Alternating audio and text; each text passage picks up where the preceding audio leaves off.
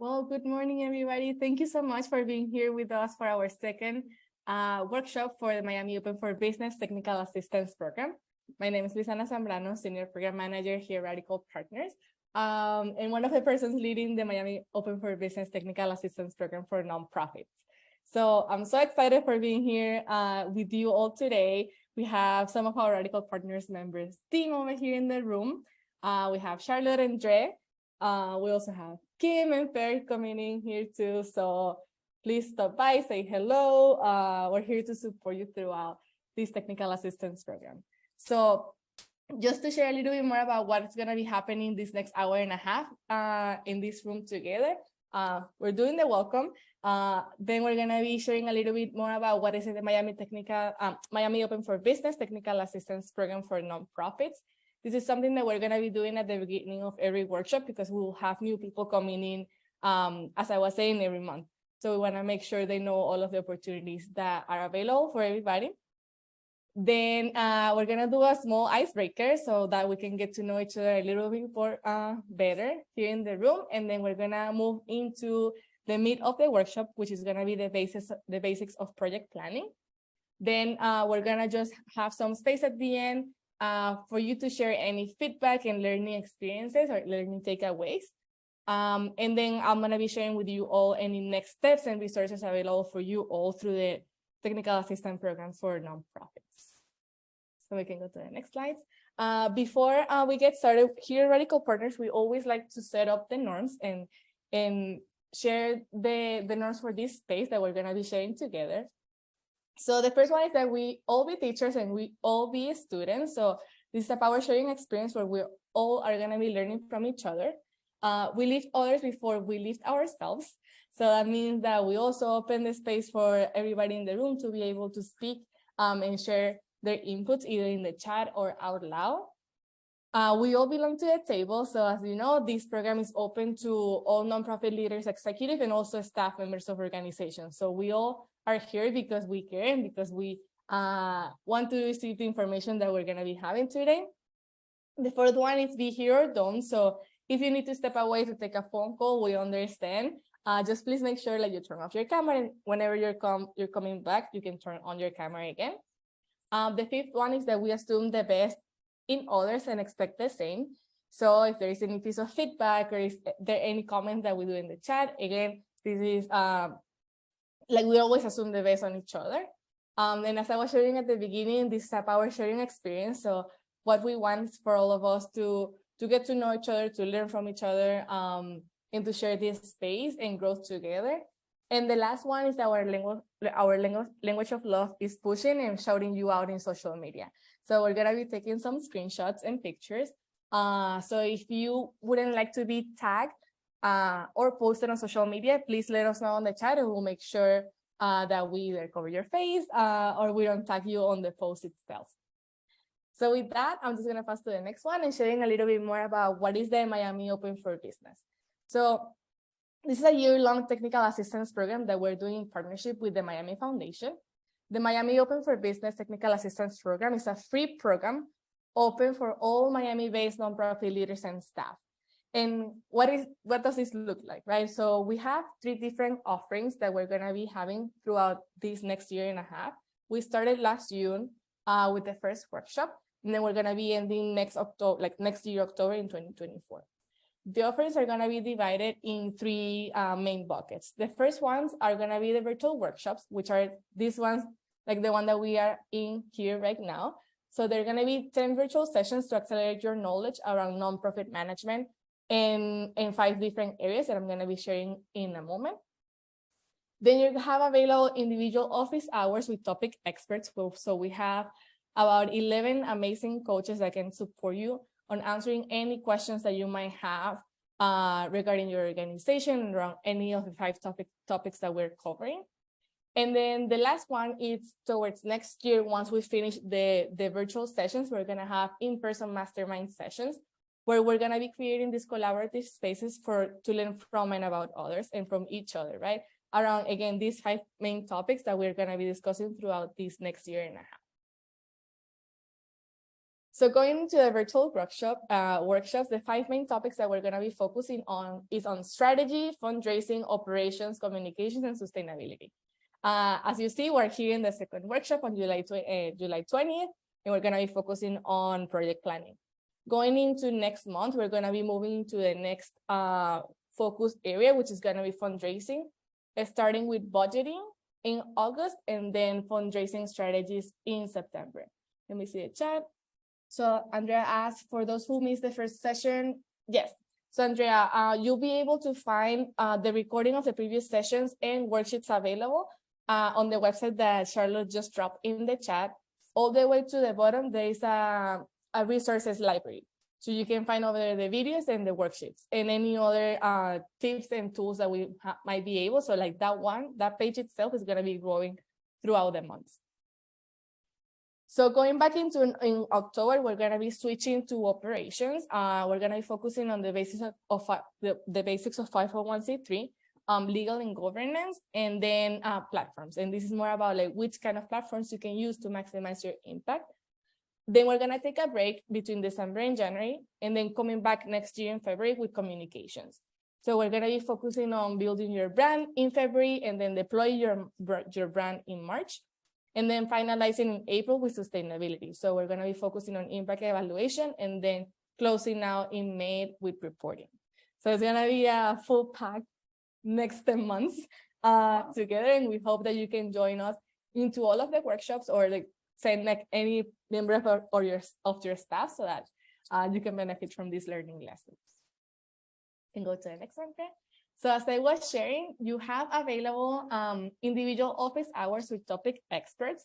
These are booked as needed. The way that you receive access to this page that is showing over here is through the email. So you need to fill out and sign up through the intake form, and I'll be able to share with you the link to access to this website and the password to access to this website as well, because this is a password protected website.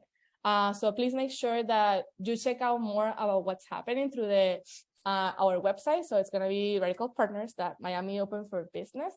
And over there, all the way at the bottom, you have the intake form. So if you haven't been able to fill out the intake form and you haven't been receiving my emails, please make sure you do so that you can receive all of the information and links to connect.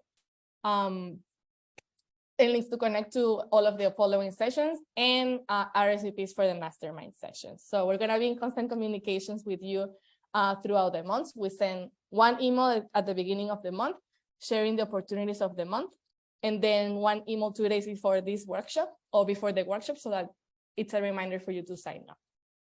You can go to the next slide. So with that said, let's do a short icebreaker. So if you can share in the chat one word that would describe your organization, what would it be? And I'm going to be reading it here out loud, what I see here in the chat. Fabiola said love. Eileen said empowering. Rosemary impactful. Sustainability for Scarlett. Anil transformational. Werberline impactful. Jackie service. Whoa, so many. Daniha, I'm sorry for misspelling links, so please correct me. Healing. Alicia, positive people. Maria, accessibility. Chandra, elevating. Corina, accessible. Brenda, community center. Fernando, connection. Jackie, inclusion. Andrea, innovative. Karen, powerful. Oh, more keep going. Dre, accelerating. Yes, I'm loving all of these words. Christine, community.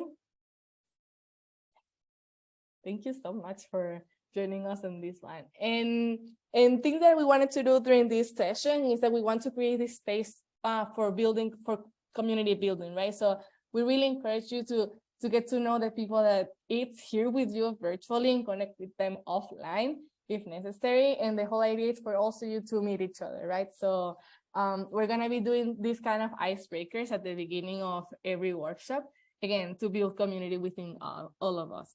Fabian said ancestral. Amazing. I saw one question from Eileen. Let me just go back to this. Do we have the time available for the virtual workshops in order to add to our calendars? Yes, Eileen.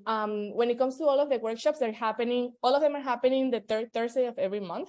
So you have the dates already, and all of them are gonna be from 9 to 10:30 a.m. So it's gonna be constant the same time throughout all of the workshops. Awesome. Well, thank you so much for joining us into the icebreaker. Let me read the last one. Doris said, impactful. Thank you so much. Awesome. So before we get started, I wanted to introduce our Director of Culture and Strategy, Andreina Weisselbaumer. Sorry, I misspelled your last name. Dre is a powerhouse. She's, again, our Director of Culture and Strategy here at Radical Partners. And she's going to be sharing with us the insights and the basics of project planning. So please, Dre, go ahead and introduce yourself, and then let's get us started with the content. Thank you so much, Lou, for the warm welcome and also for sharing so much about Miami Open for Business. I'm pumped to see so many familiar faces here and also so many new ones too. We're going to dive really deep and really quickly into project planning today, but not without going into the worksheets. So Luciana and Charlotte have created these worksheets to help guide you along the process, and also so that you have the steps to everything that we're talking about today on paper or on your computer. Thank you, Charlotte, for sharing the link there. So with a quick round of hands, who loves project planning, or who has a good idea of how to go about project planning? Okay, I'm seeing a couple here. I'm going to make the assumption that project planning makes some of us feel a little bit wary, a little bit nervous, a little bit all over the place, because we have so many ideas. We've become so involved in a problem, and we've become so obsessed with it that we just want to go, we want to do it. But the reality is that it takes a lot of planning and it takes a lot of focus. So there's a lot that we set out to start, and in this workshop, it'll be on you to continue these practices and build habits out of them. So over the course of the next week, I really want you to dedicate time to finishing what you begin today, and really focus on the different steps in mind and tailor them depending on what works best for you. So without further ado, we'll get started right away. We all know that we've had projects go wrong. I can look back and think, oh my gosh, I didn't think about all of those details. I could have delegated something better. For example, I'll tell you all the story about my beautiful tomato garden. I planted tomato plants by seed, put a lot of love and a lot of effort into them, my true pride and joy.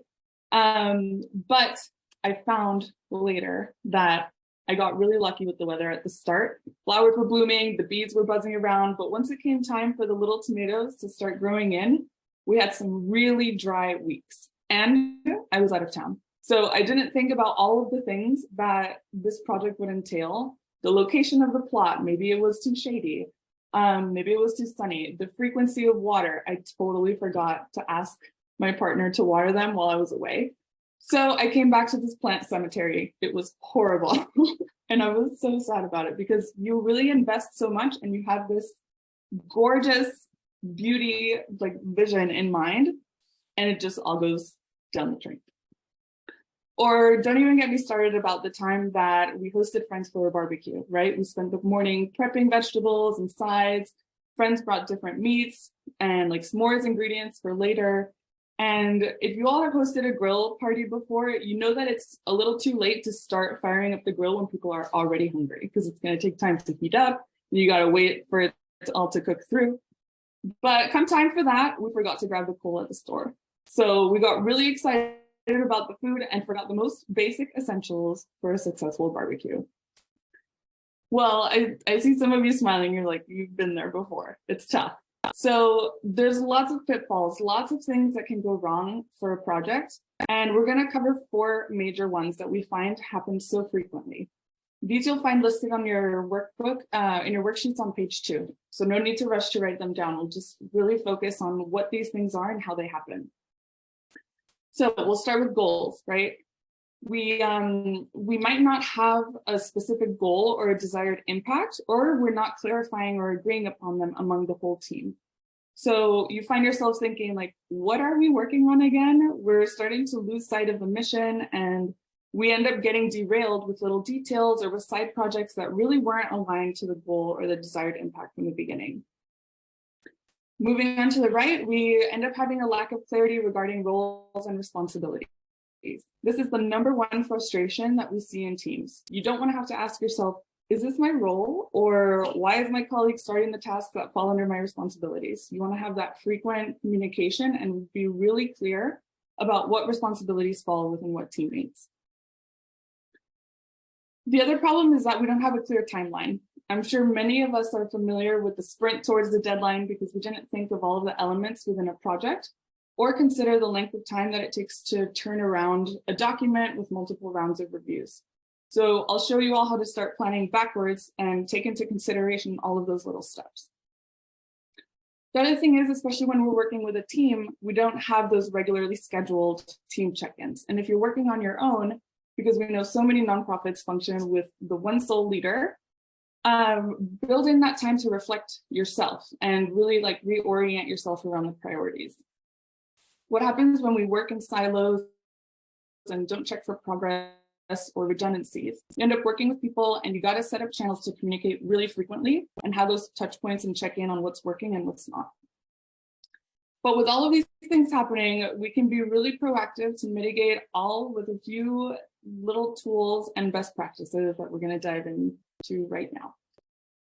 So I give you the project planning pyramid of glory. So we'll go through all of these steps, and here's a teaser of the different tools. You'll be able to find a diagram on page 2 of your worksheets where you can fill in the pyramid elements, and there's no rush. You'll see this many times throughout this workshop. We're going to start from the bottom and work our way up.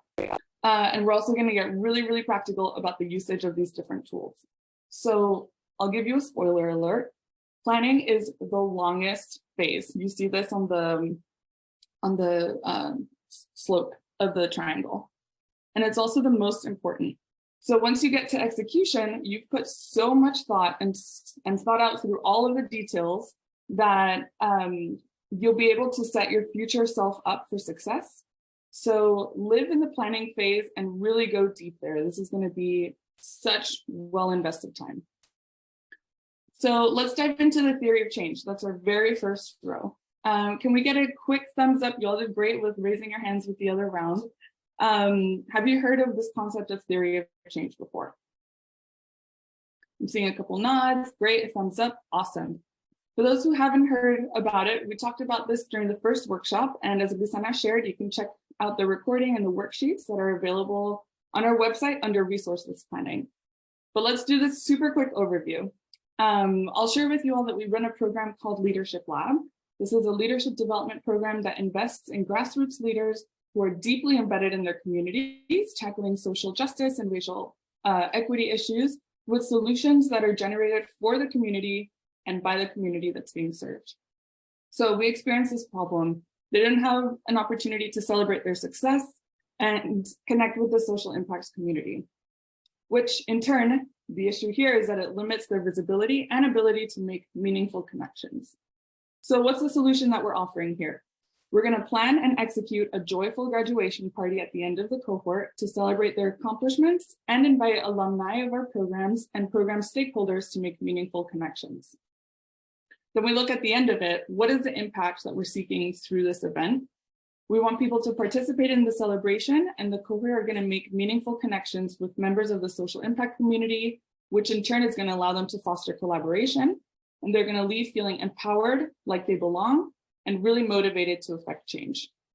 So with that, we have the base level. Everybody's super clear on what we're doing and how we're going to accomplish it. We'll dive into in the project plan.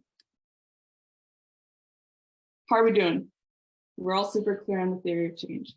Next step is project planning. And I'll give you all a quick spoiler here. There are a lot of steps involved, 7 in total, but we're going to keep climbing up, and you'll see over the course of this work phase together that we'll have real clarity at the end of it. So step 1, we're going to define the project phases, and I'll share all of them, and then we're going to do a deep dive. Step 2, we're going to identify the categories that apply to your project. Then we'll list out all of the tasks within those categories, just complete brain dump of all of the things that you have in mind that you still want to do.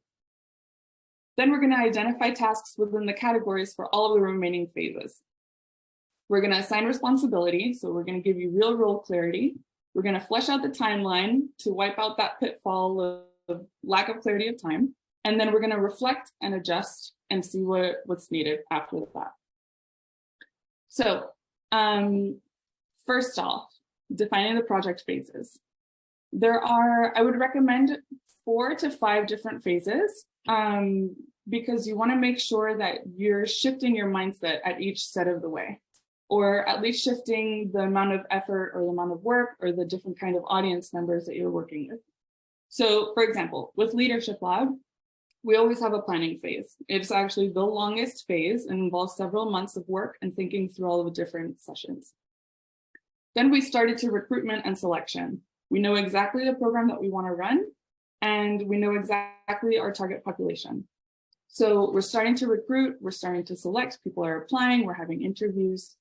Then we go into executing. We've got our cohort, and we want to execute the workshops and the coaching sessions. So this is us putting all of our effort into motion. And then lastly, we're wrapping up. This is us looking at data. This is a little bit more internal, right? Thanking people, making sure that we're reflecting and set ourselves up for the iteration of the next round. So this arc you'll be able to find in page 3 of the workbook, and we'll be filling it out based on the project that you have in mind.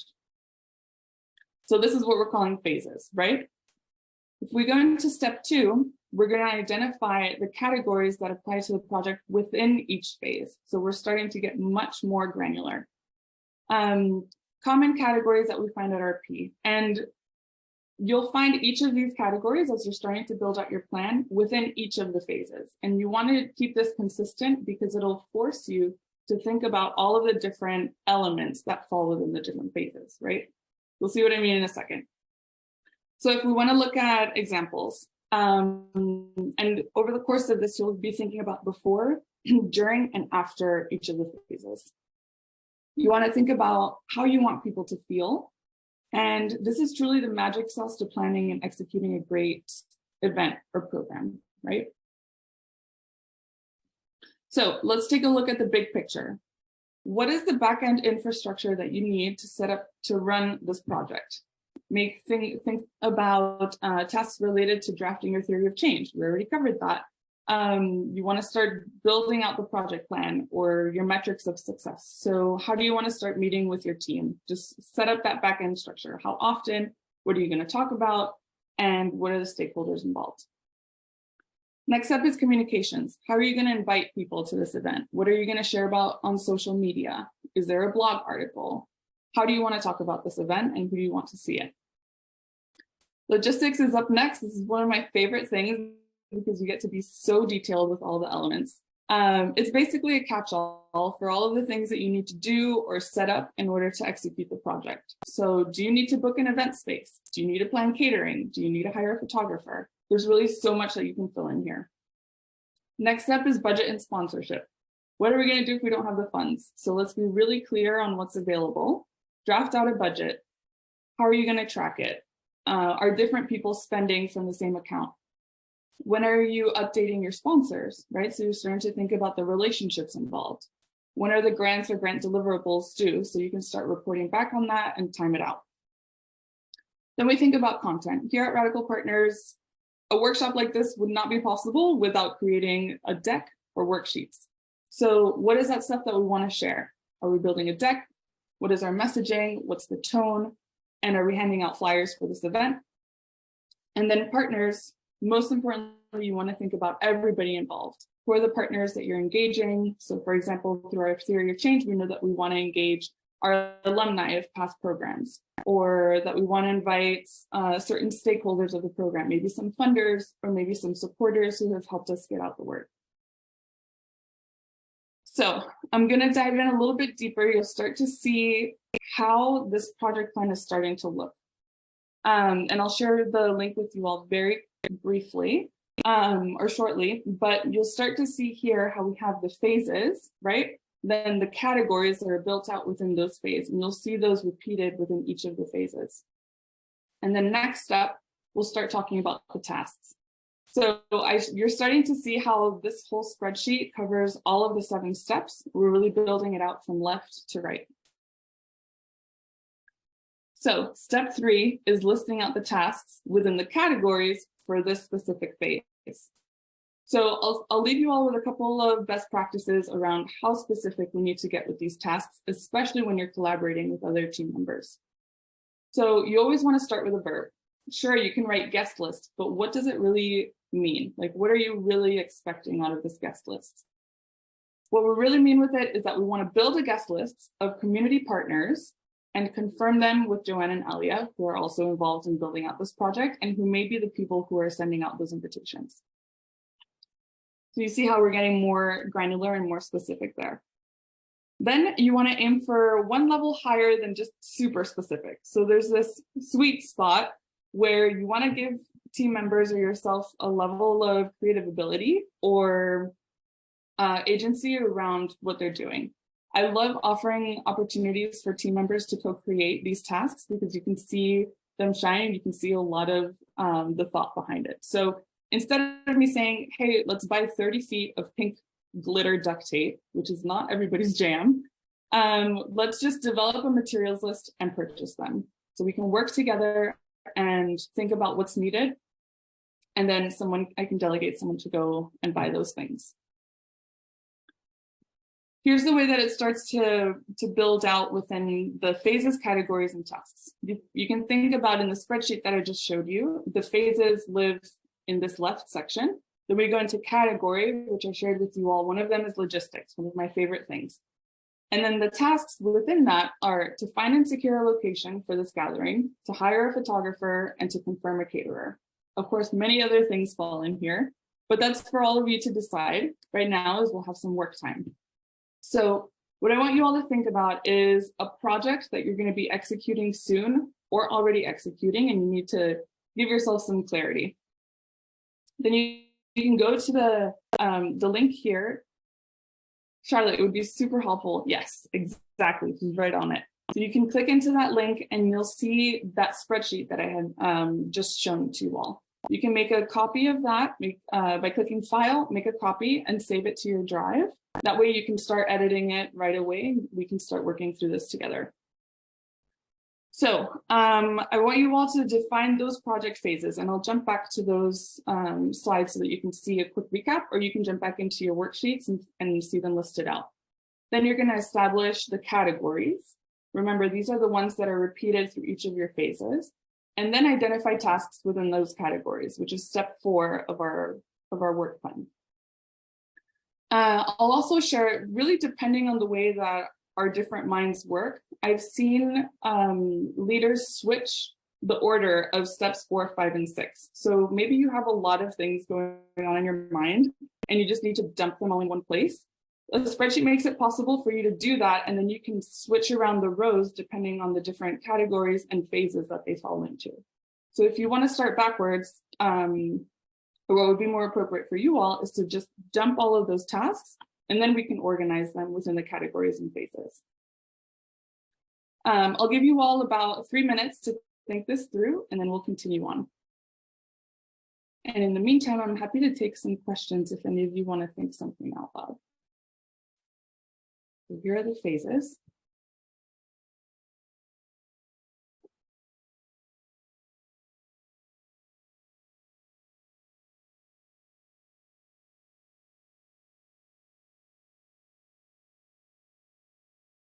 Yeah, Andrea, we did move to Mocha, and I'm going to share about that just next after this workflow. And I'll tell you exactly why we prefer the Mocha over the Racy.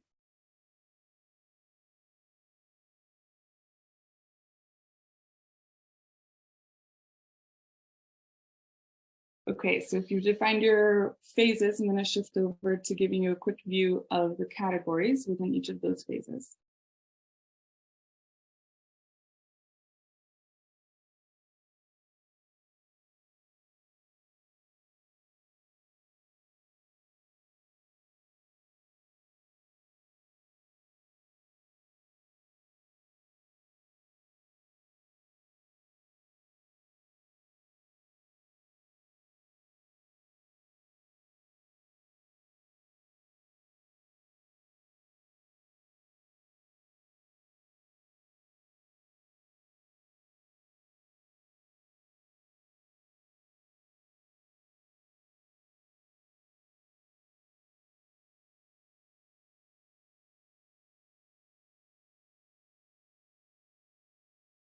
Okay, and then based on those categories, which tasks are going to fall into each? So let's focus on one phase in one category and start listing out the tasks there.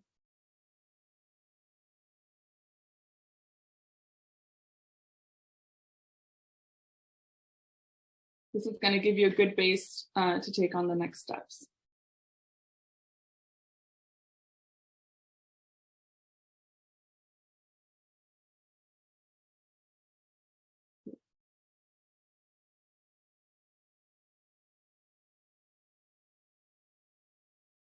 Does anyone want to jump in to share a phase, a category, and 3 or 4 tasks that fall within it? Sometimes we can get really good ideas from each other.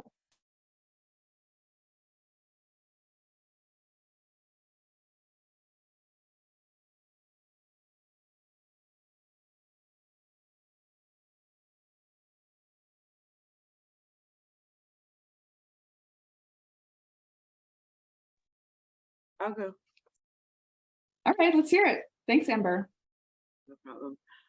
So the project I'm working on is at work. I'll be implementing family therapy soon, or family therapy program. So one of the phases is education and training internally for the team.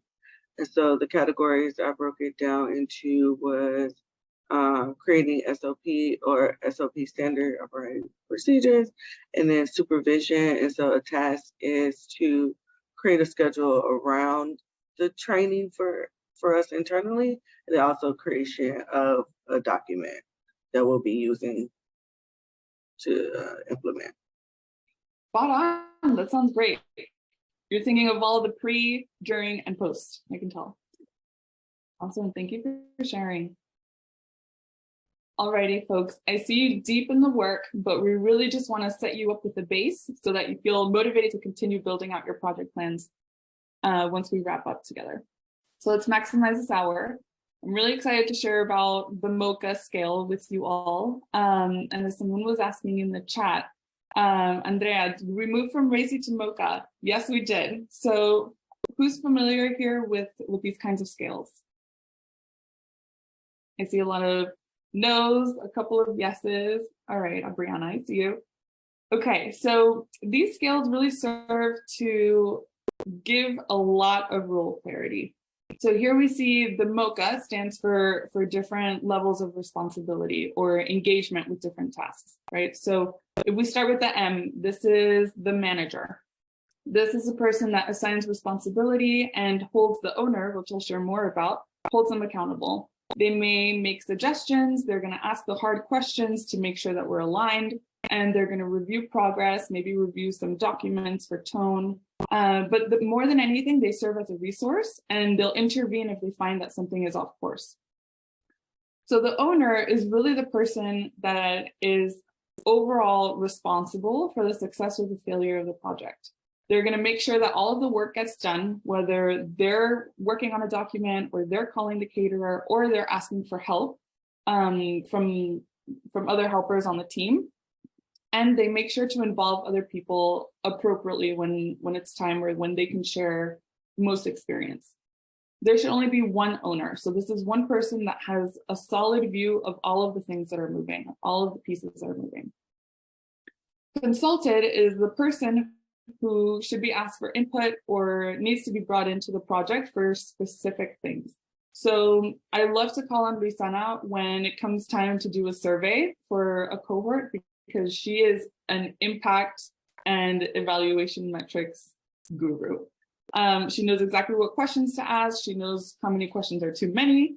And she's a great person to review and to consult around metrics and evaluation. Then we've got the helper. This is the person we were mentioning that the owner can delegate things to or ask them to accomplish certain tasks, but they're not involved in every single element. They're specifically asked to support on different things. And then the approver is the person that signs off on all of the decisions before they're final. This may be the manager, but it can also be the executive director, an external partner, or board chair, depending on the level of input that these stakeholders want to have. So for example, if we know that we want to publish a workshop for Miami Open for Business, We want to make sure that I take a look because I'm presenting it, right? So I may be the manager, but we want to share it with our CEO, Joanne, who approves everything before it becomes super public.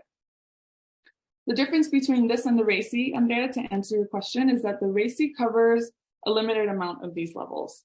So the RACI stands for responsible, accountable, consulted, and informed, which makes it a little bit difficult to find like who you can delegate some support to. So we like this because it goes a little bit more granular and provides even that much more role clarity.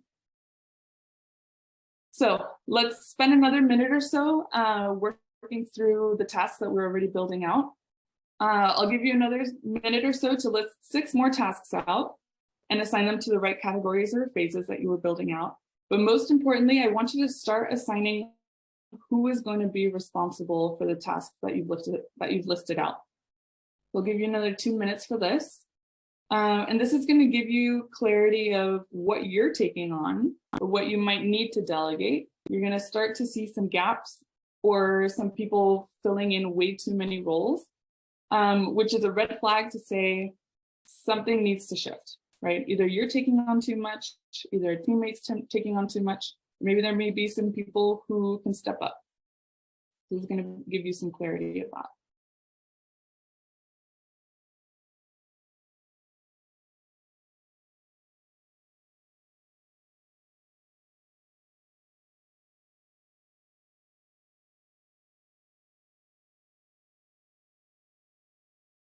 And then if you're ready with, let's say 2 or 3 tasks that have the Mocha built out, curious to hear from you so we can learn from you too.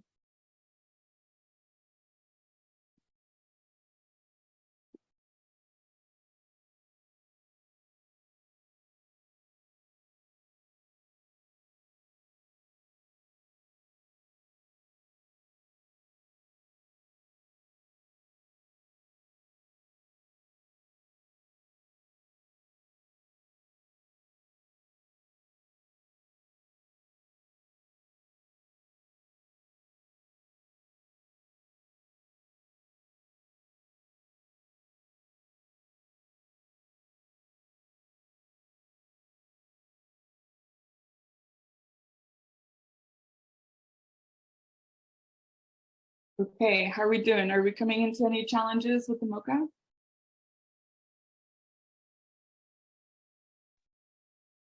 I'm not sure if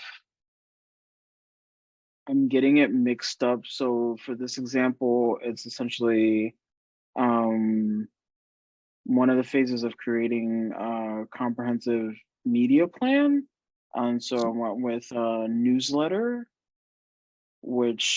and so this is where I'm just like with the phase. One of them is creating a newsletter with the category. What's wrong? I'm unsure. I added content structure distribution within the content. Went into design and information gathering, but I wasn't sure if that was like zooming in or. I hear you. Yeah, and it's tough to balance out how much we zoom in or zoom out between the phases and the categories and the tasks. So I would say if we're thinking about the arc of delivering a newsletter, we're thinking about one, like planning, like research or sourcing content or identifying who's going to be involved, right? Like, so getting your team structure ironed out. Then we'll go into probably like drafting mode, right? So we're drafting, we're starting to think of like what platform we're going to use for this. We may be starting out some designs. Phase 3 is going to be launch. So you're clicking send and it is out. You put in all of that work and the effort, you did all the research, you've got your list of recipients, and literally like it has in the little picture, like you're launching it. And then the last phase is going to be looking back and sort of like measuring the success of it, right? How many clicks did you get? How many opens? Did you get any responses? What's the feedback that you're getting? You're reflecting back on the process of launching this newsletter. So if you go into the different categories, you might think, what is the big picture? You always want to ground yourself in the goal of the newsletter. So at every step of that way, you want to think, who is the audience and why are we delivering this? When it comes to communications, you're thinking about the platform. Maybe you need to purchase the platform and you want to start out with something new. Maybe you need to research how you need to embed the recipients in there. That also ties in with logistics, right? Like who's paying for this platform, who's typing it up, who's shifting it into the platform, and who's clicking send. Those are the logistics at every step of your phase. And then content can include like the actual draft. Maybe you get different team members to send links for cool resources or things that you want to share. And then you're doing the design. Maybe there's a graphic designer on the team or somebody who really loves Canva, and you can delegate that to them. And then the partners, who's receiving it, who should know, like maybe you've got a funder who's particularly invested in your visibility. And you can update them like, hey, we just sent this newsletter to 1,000 people and we're starting to get this feedback. So that's how each of these different categories can fit within the different phases, depending on where you are in the prepping, drafting, launch, and reflecting. And then how did it go with the Mocha, Andrea?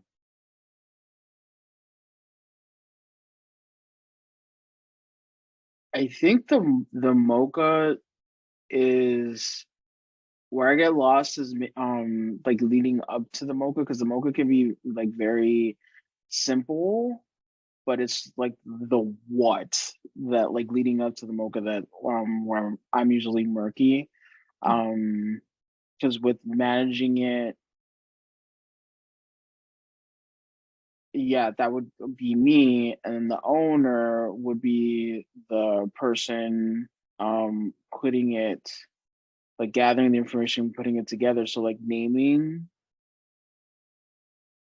the folks that I already envision are going to be a part of it is usually not the issue.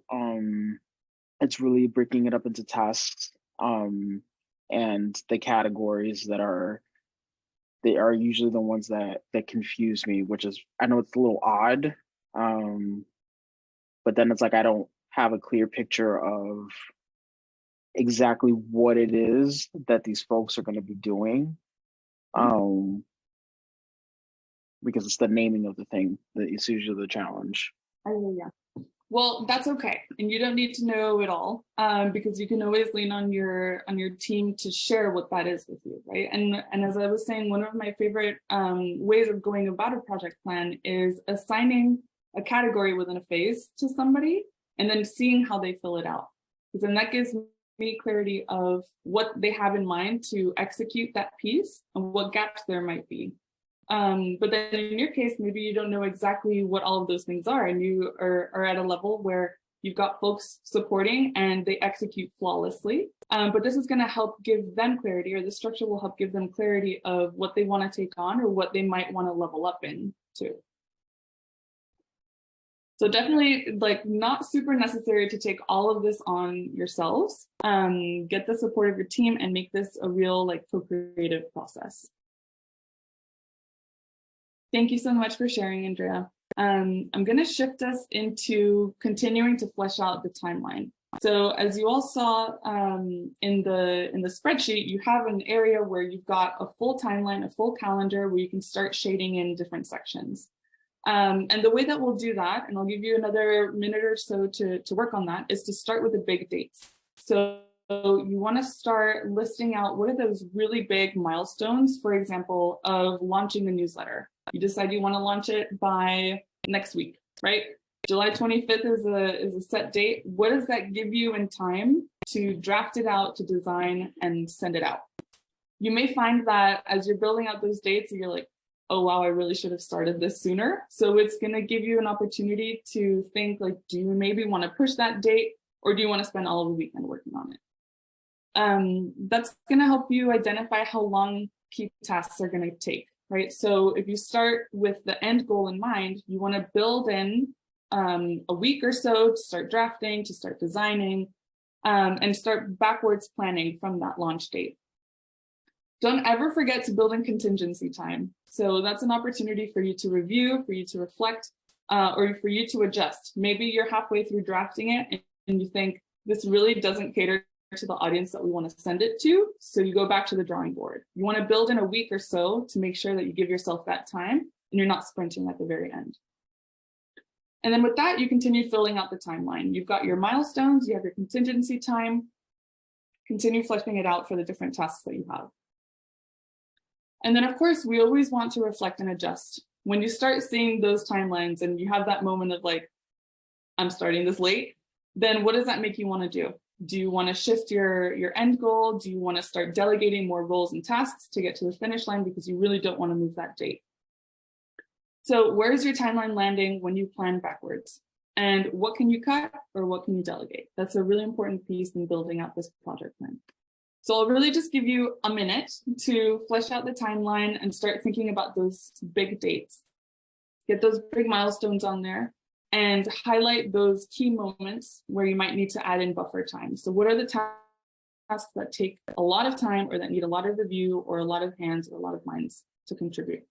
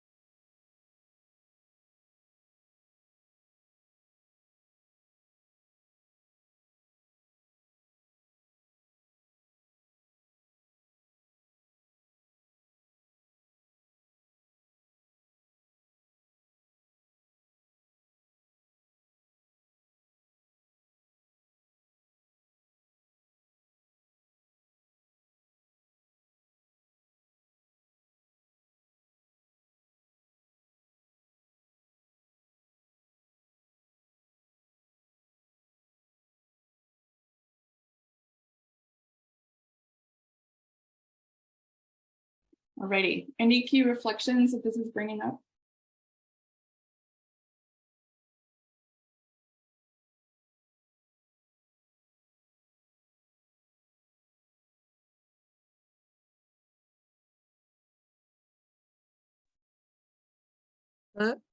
Oh, can I give a suggestion or can I reflect? Yeah, let's hear it, Dory. Tell us. I really love this because I work with several nonprofits and a lot of them are adverse to having a structure like this. So what happens is I'm usually like the one that wants to get the ball rolling and stuff. So it's like then it falls on one person. And what you find is that people are not aware that project planning, it's a task. You know, there's a lot of details involved with it. And what happens is if you don't get that collaboration with other people, it falls on one person, and then it makes their life a little crazy because they are doing everything, or maybe, you know, a majority of it. So I really am grateful for you offering this course in that, because what I've tried to do is do just a simple Excel spreadsheet, but even a lot of people are adverse to that. You know, I don't know what it is, but it's like when you try to have some kind of a structure, people just are adverse to that. And what I love about this is like, if I've done a lot of events before in my background, so I've used tools like Trello and Kanban Zone. Trello is pretty basic. To me, it's basic, but it took a little to get used to. And a lot of those elements are from your seminar. So I think this is great for people too that have never done project planning. And if they looked at a Kanban Zone board, which is like, I'll call it the very professional, very detailed version of project planning, they would be overwhelmed. They're like, oh my God, there's so many things you have to do. But for a lot of people, I think this is great because, like, even with the Excel spreadsheet, it has to have those different factors like the timeline and the Mocha structure. And that's what that's kind of what Excel doesn't have. You have to build in all these things. So I'm very super grateful for you offering this course. And I haven't invited anyone else from my organization to it, but I think I would like to, because then they can understand what it takes to do a project. And they tend to wait till like 2 weeks, 3 weeks before the event. And of course, for the owner, that puts a lot of stress and pressure on them. So I want to be able to take this back to my team and say, look, I don't think you understand what's all involved because, you know, there's so many items that have to be looked at, but you have to have a longer window of time to do a project because it can't fall on one person unless they're doing it as a full-time position. So I just want to thank you very much. Thank you so much for that, Doria. That means so much to us. And thank you for being a true project planner yourself and for delegating and involving and doing a lot of the legwork for other nonprofits too, because it's true, this can become very overwhelming. But we think that this is a good process, one, to like get all of your thoughts down, right? Like we don't want to hoard all of these different things that need to flow. And we also want to share ownership with other members of the team or other nonprofits that we're collaborating with. So thanks for sharing that. Okay, a little bit more on the tools that are coming up next. But by now, you should start seeing your timeline start to look like this. You've got your planning phase, and as you see here, we really built it out. We have all of the categories involved here. We're starting to think about 10 to 20 different tasks that fall within each of them, which is totally normal. Like we definitely want to be really granular about all of those things. You're seeing different members of the team start to sign up for all of the tasks that they're going to own, the different tasks that they're going to manage, or offer up their expertise for things that they can be consulted on. And then, of course, you're starting to see the timeline being fleshed out. So you've got, you'll see that we added here another row for the big dates. So we want to keep in mind, when is a launch? When should we start recruiting? When do applications close? And then those are going to inform all of the dates that we have highlighted here. I will add, because you'll see a couple little X's in the shaded cells. So sometimes we plan ahead and we think, okay, let me give myself 3 weeks to work on this. But we actually worked on it on that last week of that window that we identified. And it didn't take us 3 weeks. It took us just one because it didn't involve a lot of review, or it's something that we had done and are great in the flow of working on already. So that's going to help inform what your next iteration of the project plan looks like. And you continue to iterate and you continue to refine what that looks like in a more realistic sense. So this is what we want your project plans to look like once you revisit this over the course of the next week and start to really flesh out the rest of your project plan. But we're going to keep climbing up on our pyramid of glory here for project planning and dig into some more tools. Dory, you started mentioning Trello, or we love to use Asana, so we'll start to talk about those things. But not without starting off with team check-ins. So you see that we're completing our planning phase. So we accomplished that with the theory of change and with the project plan that you've built out. We're going to start moving into execution. So whether you've launched that newsletter or whether you've recruited the cohort and you're starting your first workshop, you're going to start implementing team check-ins so that you can check in with the team and have those moments of reflection at every step of the way. So here's a quick team check-in sample. We love the Google Suite, so we use Google Docs because they're highly collaborative. You can just open a link and just always have it on one of your many tabs open so that you can revisit it. Through these check-in documents, we always want to ground ourselves in the goal. Like, what is this and what is it that we want to accomplish? You always want to list out the resources that are frequently visited. So maybe it's an application that you submitted to fund this program. Maybe it's a workbook to help you track the content that you're working on. Your budget, you definitely want to have your budget in there and be able to track what you're spending and what you have still to spend. Your project planning spreadsheet, your golden piece right there, link it always so that you can keep revisiting it on a weekly basis. And then maybe you want to have a list of people who you're recruiting or your partners or the people who you need to be in touch with frequently.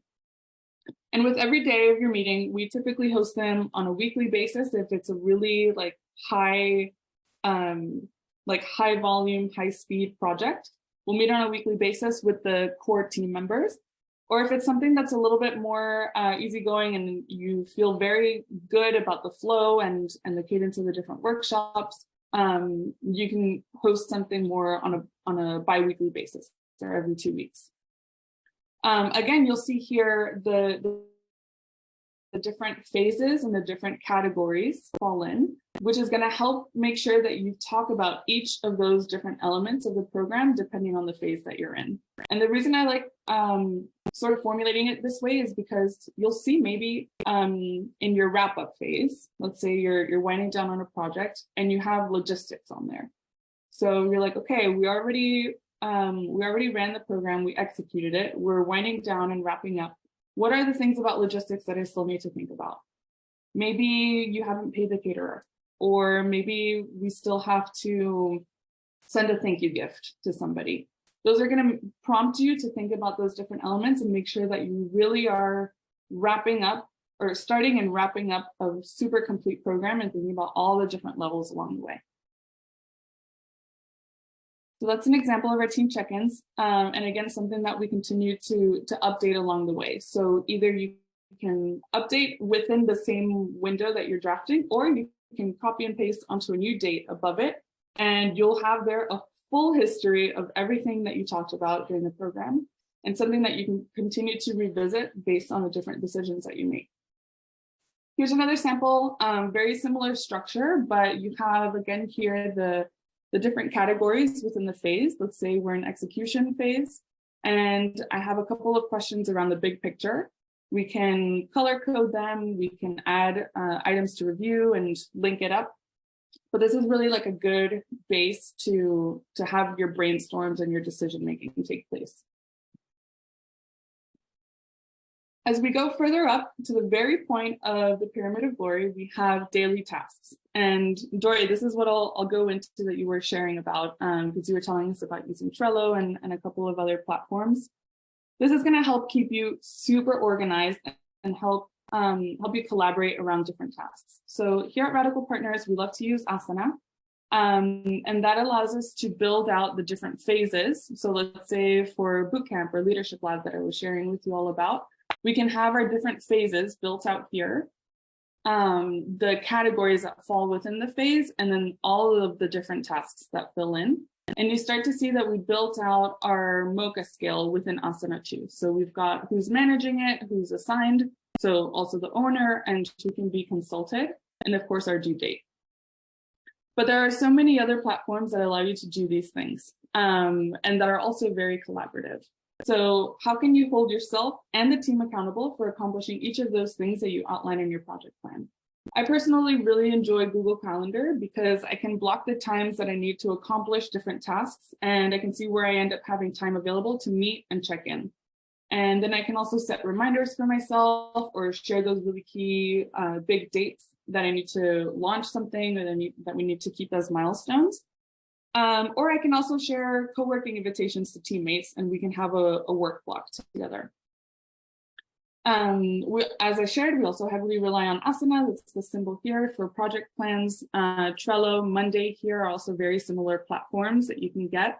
I think all of them offer a free version to some level, but then of course, if you want more applications and a little bit more, like more seats, maybe like it requires a cost.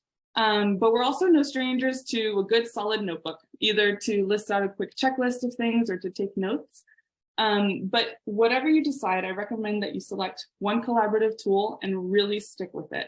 Because it's easy when you have so many options to jump back and forth, and then that just adds to the frustration of, you know, like when you're working with a team of where they can find tasks or where they can communicate about progress. Does anybody here in the group use any of these platforms or are thinking of using a platform?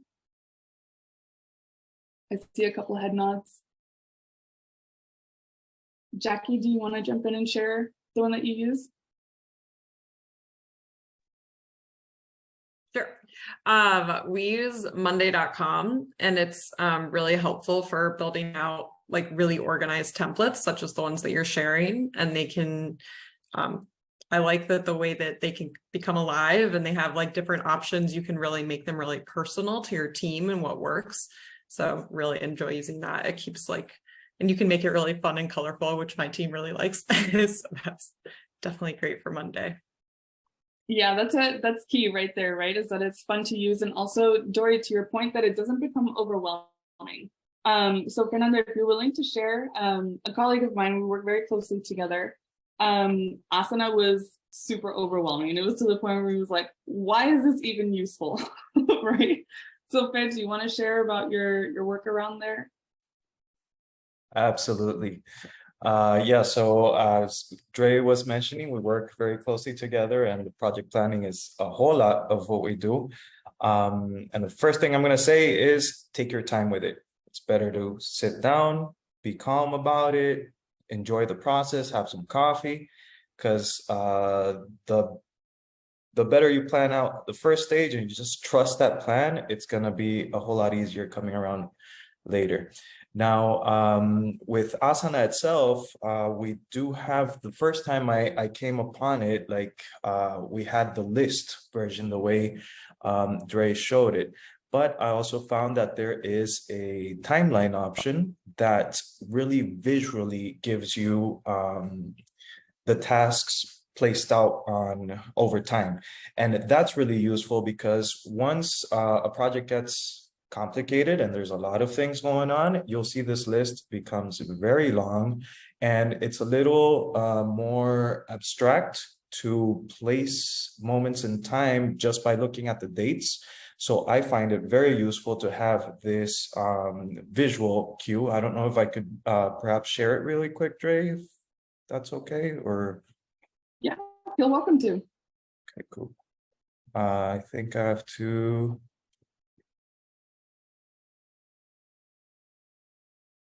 We would have to have you stop sharing so I can, there we go.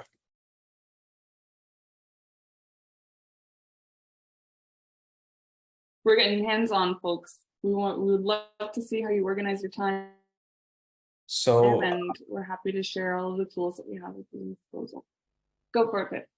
absolutely. So I want to show you first what the list kind of looks like. So this is my area here, and this is what I'm going to be in charge of. So if you kind of look at it like that, it's like it's a long list and there's a whole lot of things to do.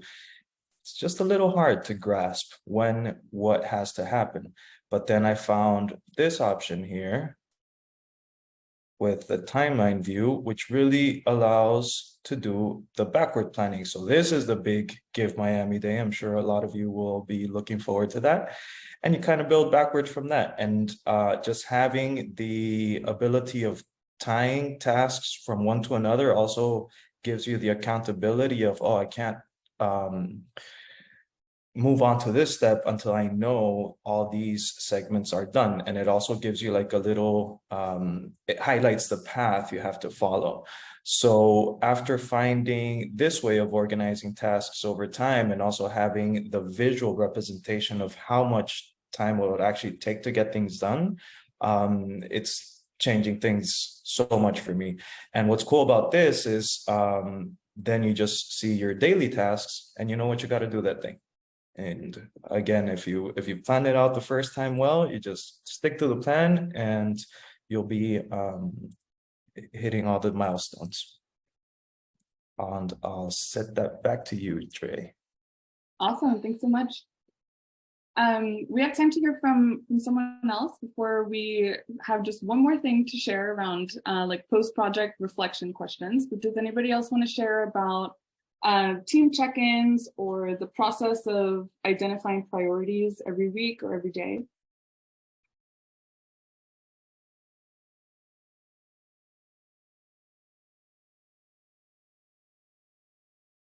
We're also happy to troubleshoot. If you're experiencing a challenge, you have the support of 30 or so people in the room who can lend their advice. And I just wanted to say that, and I'm not a project planning is not my love language. I will say that. So Jackie, who's in our team, director of operations, she loves it and she's here. So I'm more like the big picture, and I'm more like the instinctive planning. So, but I am trying to move towards like the more structured way, which is I'm a little rebellious. When I see charts, I feel like claustrophobic. So I'm trying to like regulate and like love them, fall in love with them, and have a distant for me experience. So that's why I'm in this thing. And I one of the things that one of the digital and the marketing team does in our organization, they use Notion. Don't ask me about Notion. I know like basics, but they use Notion and they like they're like, oh, Notion is the best, and then it has artificial intelligence like integrated. So for example, if they put all the steps and then everything merges, it's like I think it's called the interoperability. It's you can do everything there. It doesn't, because sometimes these platforms can be very like you can only work a certain segment. They don't allow for flexibility. Notion is, they're like welcoming of every type of modality. And let's say that you need to send social media announcements of this phase or whatever, or promotion, and then write me a little promotion, whatever. So I think Notion, I recommend it. I've seen how they use it, and I think it's fabulous. I don't use it I use another approach, but they swear by it. So just wanted to bring that up. Awesome. Yeah, but thanks for mentioning another tool. And it's true what Fernando, what you were saying in the chat, you really just have to identify a tool that works for you and that is fun. Jackie, I love that you created a space that was fun for the team to use and that you can use reliably, right? Thanks for sharing, Danielle. I wanted to say something. Hey, everyone, this is Brenda. I really appreciated this overview, being that it's oftentimes, for me, how I've kind of gotten into project management is by having to be the one to hold everything together. So like things fall apart and I'm having to like put it together in a very bootleg way. So this is a very great way for me to get a bit more structured with how I go about project management. So I really like this. Awesome. We're so happy to hear it. We're happy to get nerdy with anybody if you want to follow up. Like this is our jam right here. So jumping into post-project reflections, you can really use your team check-ins to dedicate time to reflect along the way. But as you see on the slope, we're reflecting really theory of change, project plan, team check-ins, daily tasks. Think of your future self. Like we often run a program on an annual basis, and we want to really be able to record or remind ourselves of what brought us joy, what we really enjoyed doing, what needs more consideration, what do we need to think through a little bit better because it was a little choppy to execute, or what doesn't move the needle and we just need to get rid of altogether. So create a document that covers what works and what doesn't so that you can truly iterate and improve. Usually when we wrap up a phase, especially when we're collaborating with other organizations, we like to have a meeting that's specifically catered to what worked, what didn't, and what does that make us want to do, because it informs the future phases or the phases that are upcoming. And if we get to work on the project again with them, like we know right off the bat what worked and what didn't, right? So here are some reflection questions to reflect on a little bit more thoroughly. How did it go and how do I know? We love to use data to inform our decisions, right? So did we get feedback? Did we launch a survey and folks shared that they didn't really care for that workshop topic too much? Where did you get the best bang for your buck on this project? So what are the activities that really drove the outcomes and could move the needle? Because you really want to focus your attention and your energy on those things. Where or when did you need more time? Classic timeline reflection. You just use those little X's to mark when you're actually able to work on those things so that you can inform yourself to build in more time or to reduce the amount of time that you spend there. Where did some roles and responsibilities work out really well? What new skills did your team members develop during that project? And one of the reasons, as I shared, I like the Mocha so much is because if you co-create it with your team, Andrea, like you were saying that you could get team members, or we were saying that you could get team members to build out all of those different tasks. Maybe there's a task that they've done over and over again and they say, how can I level this up? Or how can I delegate it or train some other team member to work on it? So you see folks taking more ownership. Maybe someone moves from owner to manager and someone from helper to owner. And then what would you want to do differently next time? Do you want to get more creative with your content? Do you want to start collaborating with another partner who can fill a gap? Because they're going to help you out there. So folks, we've made it to the end of our project planning workshop. I've certainly appreciated all of the questions that you've had and all of the moments that we've had to brainstorm together. But we do have a couple more minutes for questions before we wrap up, and I hand it back off to Luisana to share some next steps. So feel free to go off mic, and if there's something that you want to share or you want to brainstorm through, we can do that together. Hi, my name is Fab. It's not so much of a question. It's just that I'm not sure which young lady that says that, but I'm normally the one that always, do the planning and project and stuff. So when I realized you guys sent this structure and stuff like that, and I was like, oh my God, that could make it so much easier on the team, because I've been like creating different programming events and stuff like that, just offer things that I've learned through other leaders, but not so much when it comes to the tools that you guys are providing here, the formatting and stuff like that. Although it's still aligned with everything that we're currently doing, but just to have it the way it's structured here, it's a great, great, great tool. So I just simply want to say thank you, because I know now some of the things that's on here and some of the apps that you guys also mentioned also as well will be utilizing and see how that goes and so forth. But yeah, when you're doing product managing and you have to put all the pieces together, it can be very stressful if you don't properly plan and strategize everything out with a right time frame. That's when it leads to a lot of more chaotic situation. So again, I just simply want to say thank you. Of course, Fab, thank you so much for sharing that. We wish you so much clarity of mind and ease in going into all of your processes and project managing. We're glad this helped.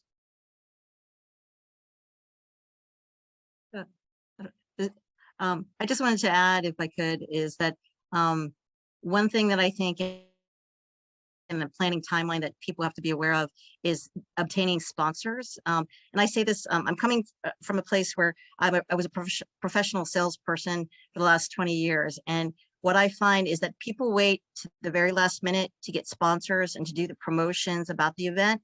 And so what happens, my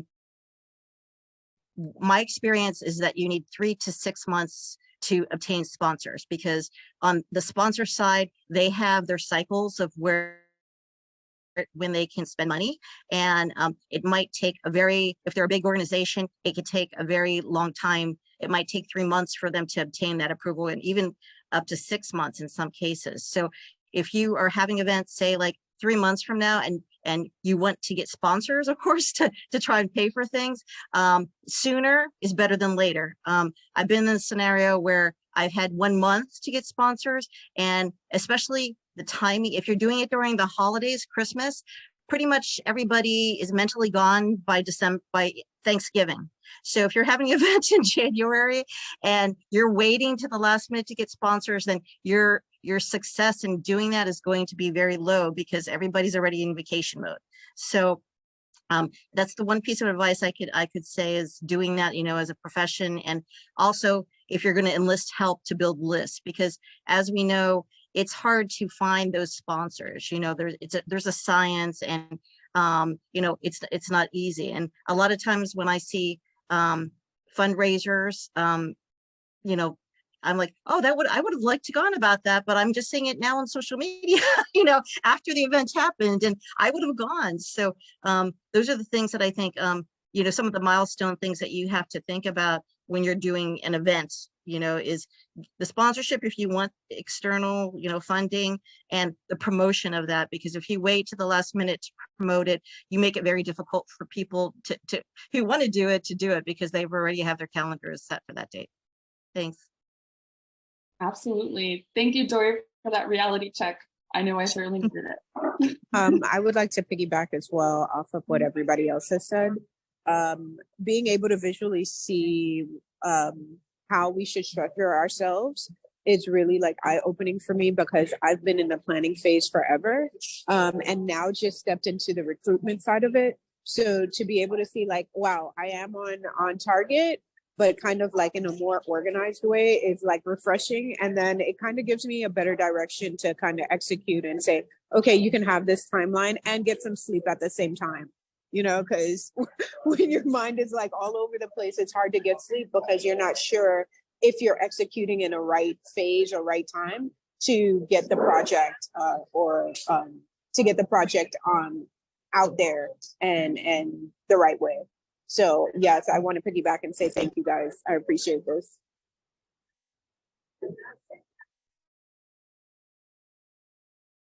Andreina, I was gonna share what Dory was sharing about the sponsors because like development, I love and the sponsorships, I love to do that.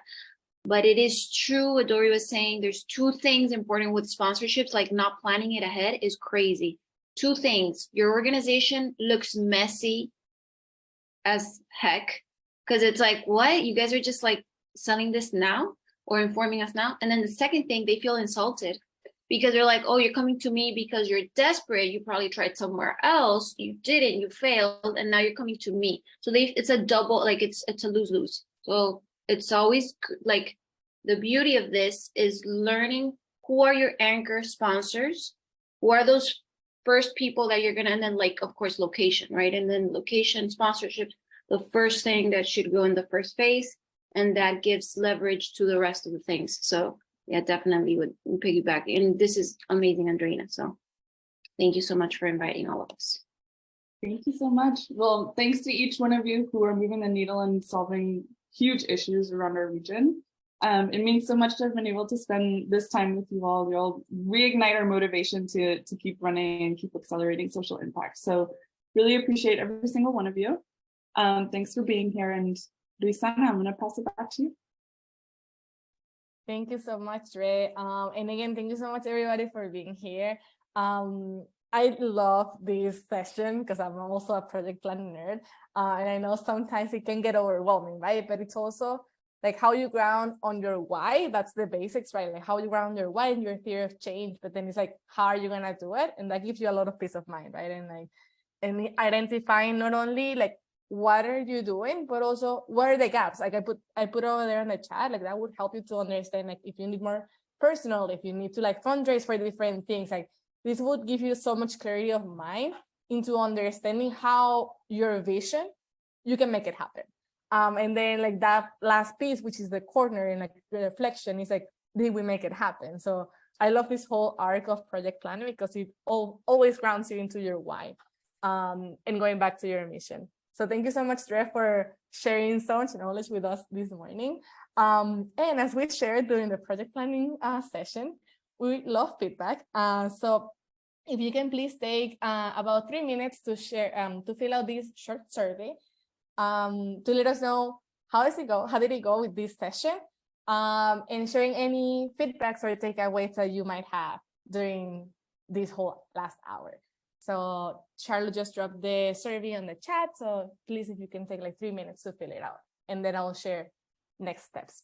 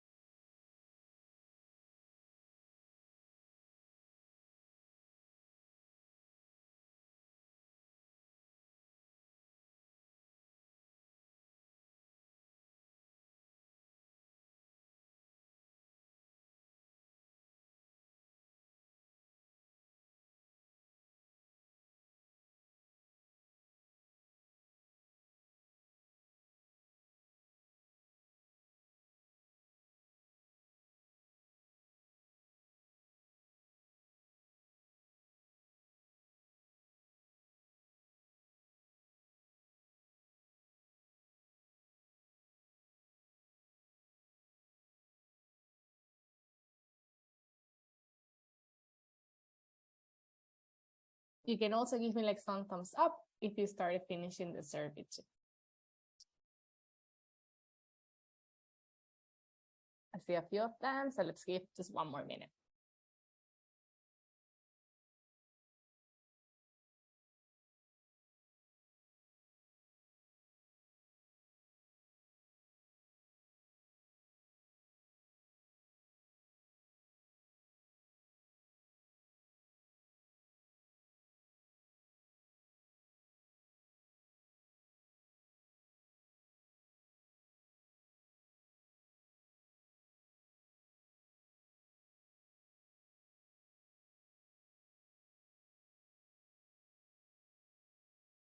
Okay, I'm gonna start moving on to the next steps, and then if you haven't finished the survey, please just finish it once we wrap up this session. So I wanted to end it up this session to let you know about any next steps and reminders regarding the Miami Open for Business Technical Assistance Program. So if you got to this workshop because someone sent you a link, but you haven't signed up yet through the intake form, please do so that you make sure, and like I'll make sure that you receive all of the information, meaning all the links to register and access to the coaching website and password in order for you to access all of the resources for the technical assistance program. So please make sure you sign up through the intake form that Charlotte is gonna drop the link in the chat in a moment. But you can also share this form to any other members of the ecosystem, either staff members or other executive directors that you think can benefit from this program. Again, this is free and open for all Miami-based nonprofit leaders and staff. So if you can help us also spread the word, that'd be awesome. The second one is to remember that you can access your 101 topic expert office hours. We have 11 amazing coaches and facilitators that are experts in the areas of fundraising, strategy, project planning, impact evaluation. We have lawyers, accountants. So if you have any other questions or any questions that it's related to your organization specifically, you can book time with them one-on-one through the website. And again, I'll make sure to send you that information at the beginning of the month with the password as well. And if you don't have it yet, please just shoot me an email. I'll give you that information too. The third one is checking your email regularly.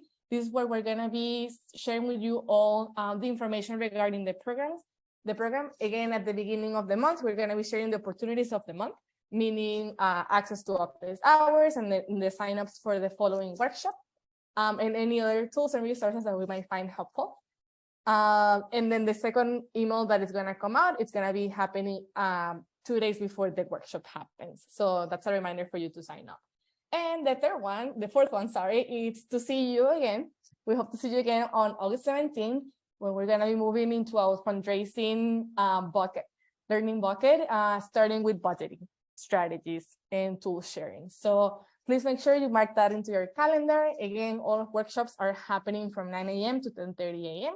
and they're happening virtually via Zoom. And with that, I wanna thank you all for being here with us. And if you can stay and put your camera on so that we can take a screenshot.